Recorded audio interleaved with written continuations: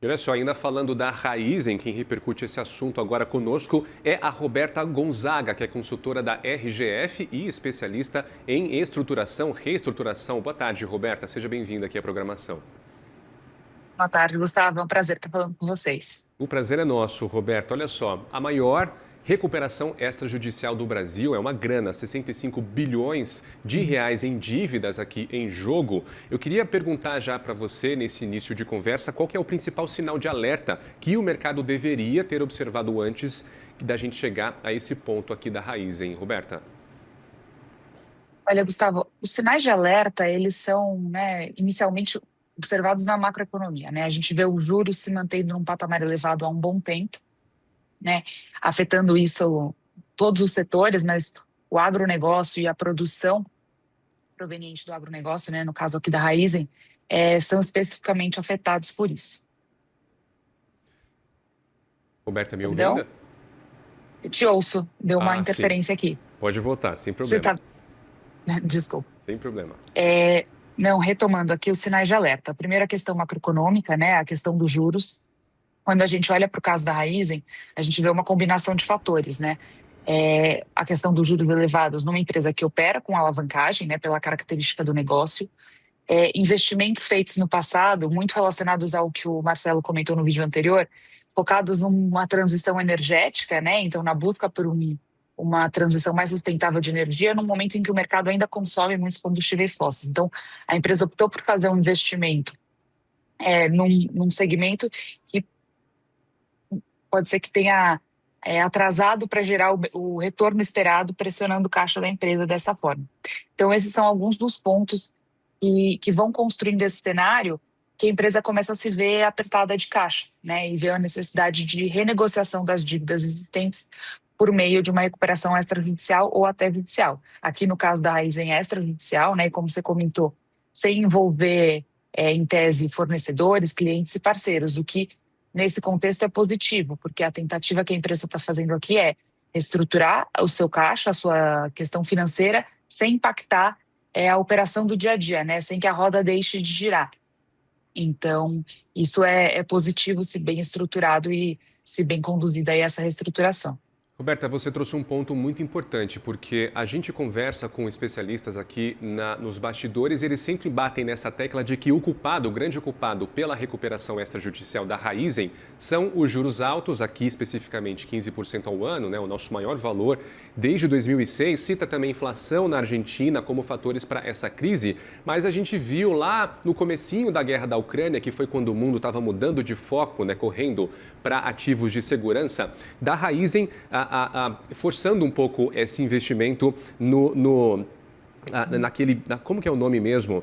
No etanol de segunda O geração? etanol, Isso, etanol de segunda isso. geração. Isso no início da guerra da Rússia com a Ucrânia, um momento em que o mundo estava justamente priorizando qualquer outra fonte de energia que garantisse mais estabilidade, mas a Raizen continuou com esse plano, ajudando aí para sua alavancagem ao longo do tempo. A gente pode falar de uma falha de gestão, Roberta, no planejamento financeiro, ou era uma coisa muito difícil da Raizen prever naquele momento?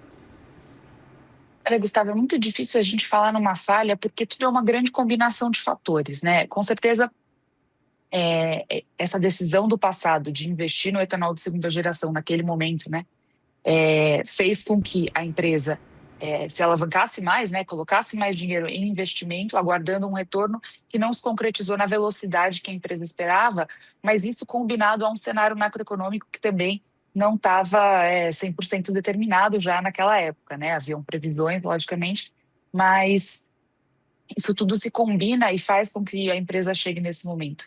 Além disso, outras dificuldades operacionais, eventos adversos, eventos climáticos que também acabam impactando.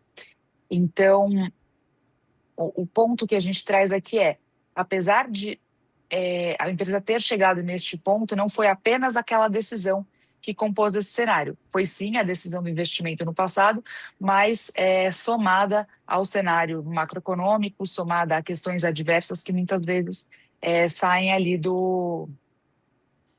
da própria questão de gestão em si, né?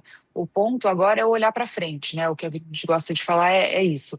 O momento de buscar ajuda ou buscar uma ferramenta como a recuperação extrajudicial é importante. Esse timing é muito importante e depende muito de uma boa gestão e uma boa gestão também daqui para frente, para conseguir fazer com que o plano que está sendo desenhado agora, que está sendo negociado com esses credores, que, né, inclusive já foi aprovado aí por grande parte deles, e que a Raízen, imagino que espera aprovar com a maior parte aí nos próximos 90 dias, para que ele se concretize e esteja preparado e estruturado para enfrentar adversidades, né? Adversidades que vão além da própria gestão da empresa. Então, obviamente, as decisões elas têm que ser muito bem pensadas e estruturadas, mas elas têm que ser adaptáveis e é papel da gestão também estar atento a esse time de condução das decisões estratégicas. Muito bem, hoje mais cedo a Cosan estava ali entre as altas do Ibovespa logo na abertura do mercado e logo depois desse anúncio de recuperação extrajudicial,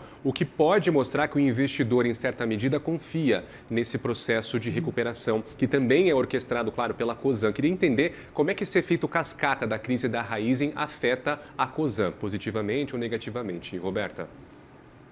Olha, quando a gente fala de, né, sócios, investidores, interessados financeiros na empresa, é, uma reestruturação, ela não tem um resultado imediato de curto prazo, porque, obviamente, o caixa da empresa ele vai estar focado em reestruturar, né, em recuperar a operação daquela empresa. Mas quando a gente olha para o longo prazo, que é o olhar, né, que os investidores têm pensando na empresa, um olhar de retorno de longo prazo, isso é muito positivo, né? A recuperação ela visa preservar a saúde da empresa para que ela daqui para frente volte a gerar valor para a sociedade, para os seus parceiros e para os seus investidores.